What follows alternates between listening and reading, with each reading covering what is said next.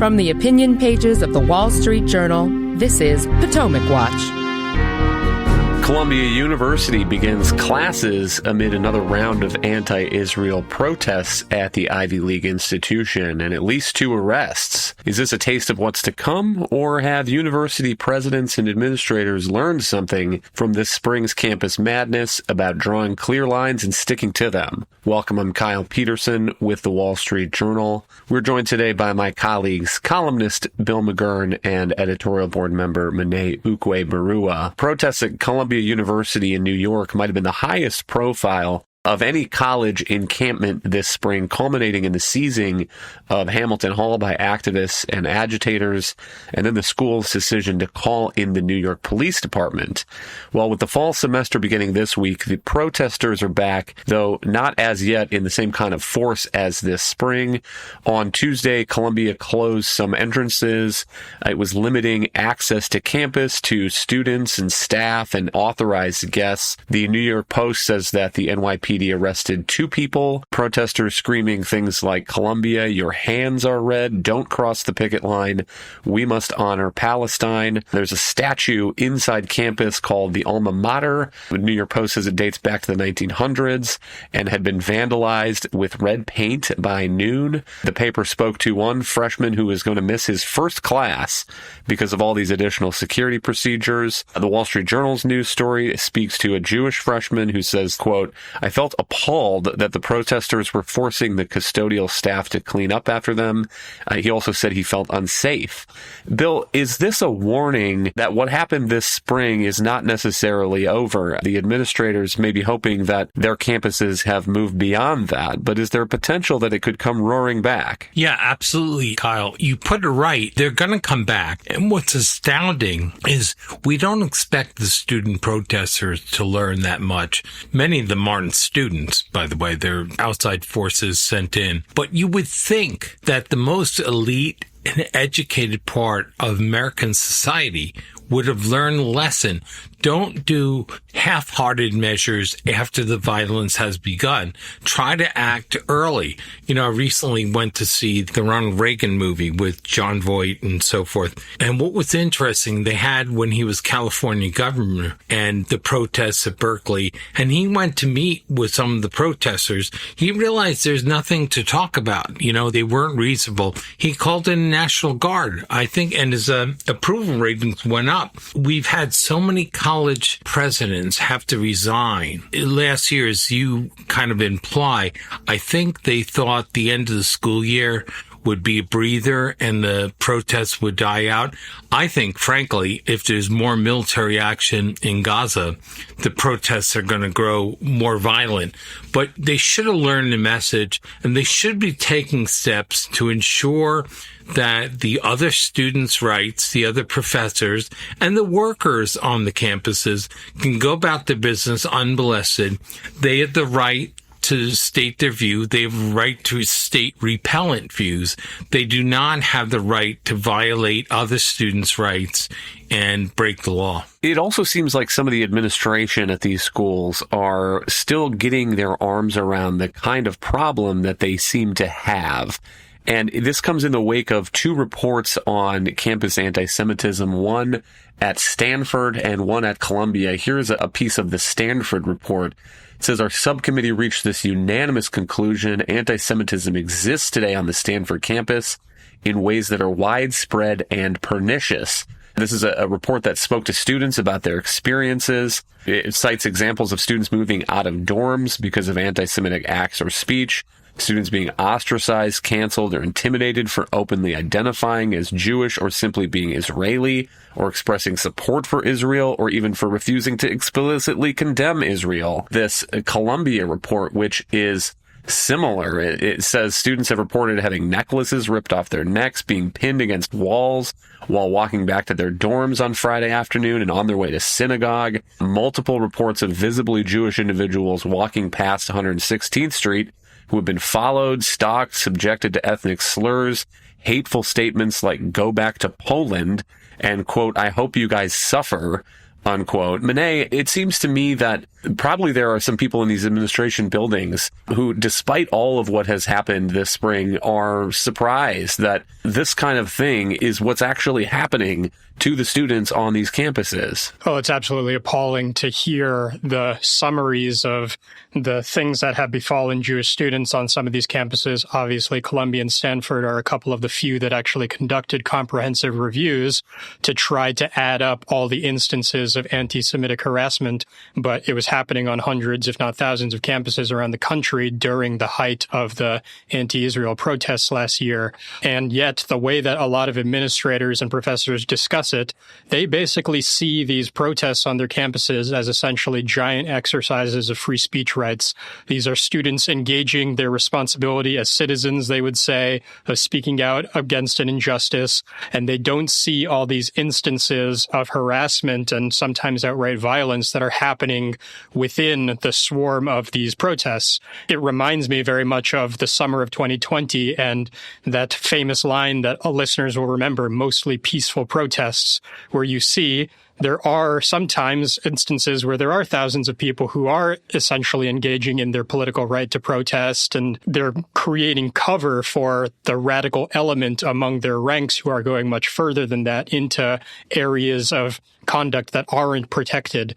So when we think about what colleges are supposed to do about this problem, wanting to, on the one hand, allow space for people to protest, while on the other hand, live up to their responsibility to create a safe environment for their students, I think it comes back to what Bill was talking about. They have to deter some of the worst action from taking place in the first place, and that means placing limits around things like encampments and mask wearing that creates anonymity.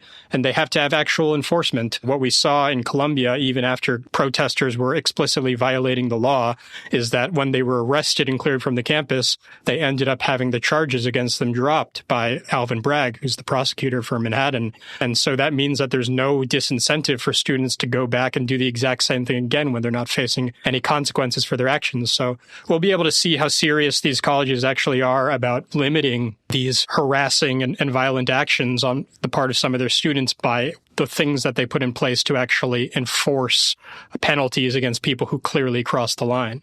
Hang tight. We'll be right back in a moment.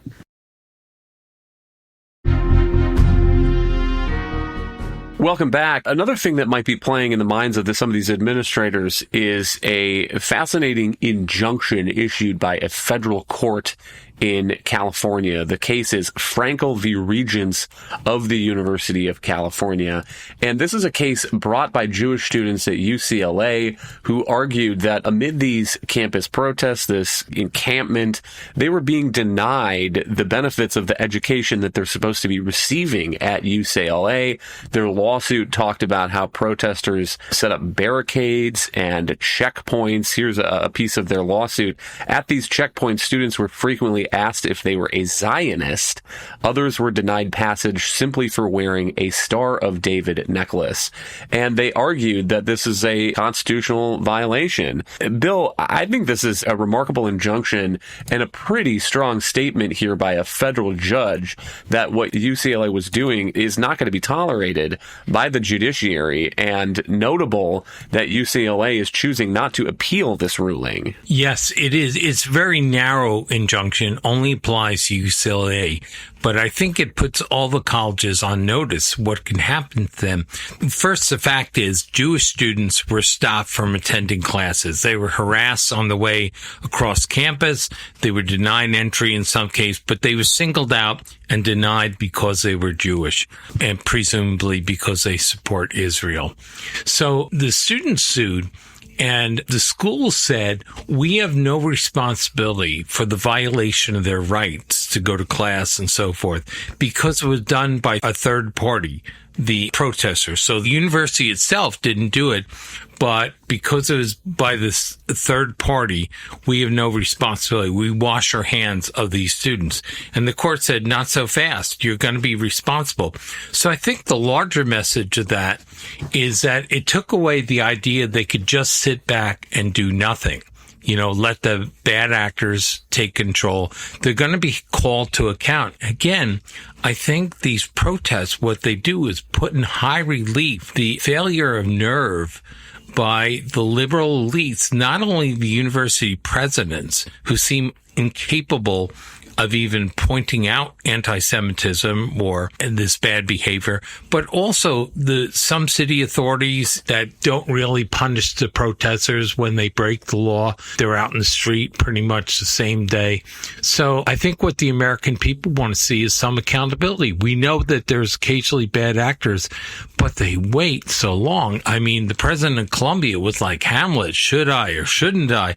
We're not going to bring the police in. Then she called the police in. Then she said she doesn't want to do that again. I think you have to be resolute in it. And I think that the liberal elite of academia and the cities are unwilling to do that. This injunction by federal judge Mark Scarsi, here's a piece of what he wrote. He said, UCLA may not allow services to some students when UCLA knows that other students are excluded on religious grounds. So even as Bill lays out, if that exclusion is engineered by third-party protesters who are not being directed by UCLA, the gist of this is if UCLA knows that Jewish students are being denied access to the library or the quad or whatever, this court ruling is that UCLA has to close that facility for all students.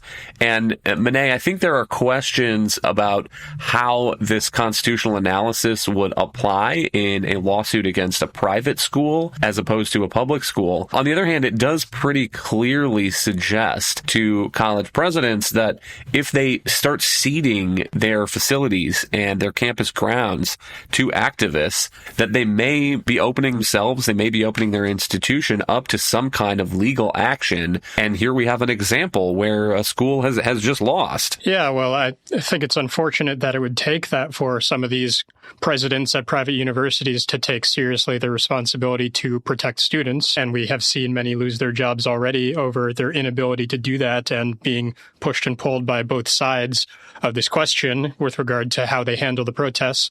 But I do think that the UCLA ruling is going to be really influential in terms of being something that people can point to say, we understand that you're walking through a thicket in terms of protecting students' right to protest while also protecting students from harassment.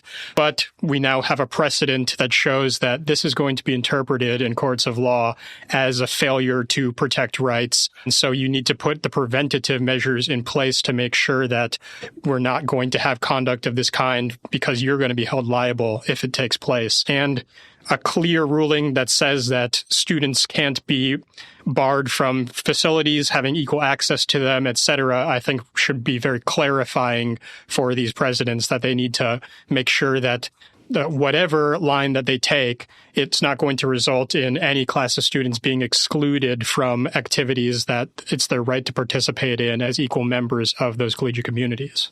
Bill, what about the resignations of these presidents, including the president of Columbia, Manu Shafiq, in August? She issued a statement saying that she would resign effective immediately. Here is what she said. She said she's had the honor and privilege to lead this institution.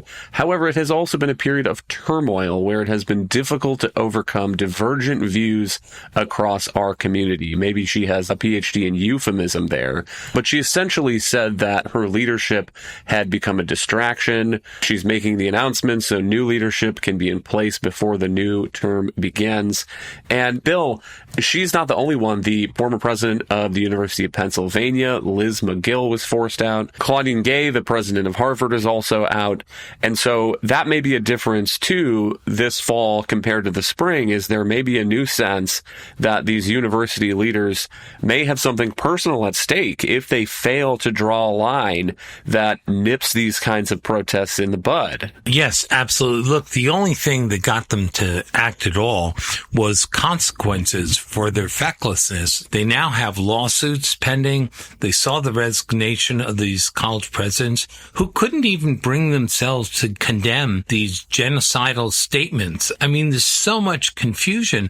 I'm not sure it's improved anything because the students are coming back. And until the students realize they will pay a penalty, a criminal penalty, for disobeying laws and property damage and threats to other students and faculty and workers, they'll keep doing it because that's what they live for. So I wish I could be more optimistic, but so far I don't see it. And again, I go back to the important thing. They're so hesitant about bringing in the police. Now, I can understand universities pride themselves on being a community where people can discuss things rationally. That clearly is not true in regards to the war in Gaza, but that's what they're committed to. So they don't like to have to rely on outside forces like the police. But I think the law is what makes rational and civilized discourse possible. And they have to establish it would be far better if there were a lot of police out there